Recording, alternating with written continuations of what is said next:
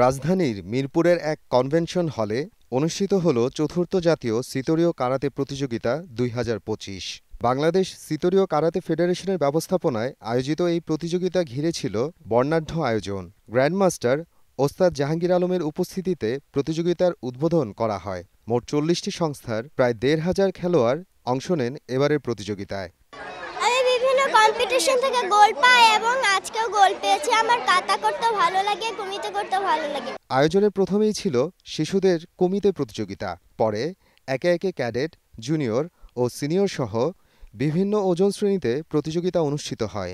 জাতীয় ও আন্তর্জাতিক মানের খেলোয়াড় তৈরি করতেই এমন প্রতিযোগিতার উদ্যোগ বলে জানান বাংলাদেশ সিতোরীয় কারাতে ফেডারেশনের প্রতিষ্ঠাতা ও সাধারণ সম্পাদক মোস্তাফিজুর রহমান।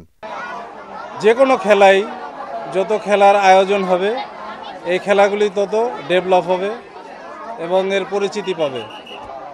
কিন্তু আমরা যদি খেলা পরিচালনা করতেই না পারি তাহলে আমাদের ছাত্র তৈরি হবে না, ভালো খেলোয়াড় হবে না, জাতীয় এবং আন্তর্জাতিক খেলোয়াড় তৈরি হবে না। জাতীয় এবং আন্তর্জাতিক খেলোয়াড় তৈরি করতে হলে আমাদের জেলা লেভেল থেকে উঠায় নিয়ে আসতে হবে।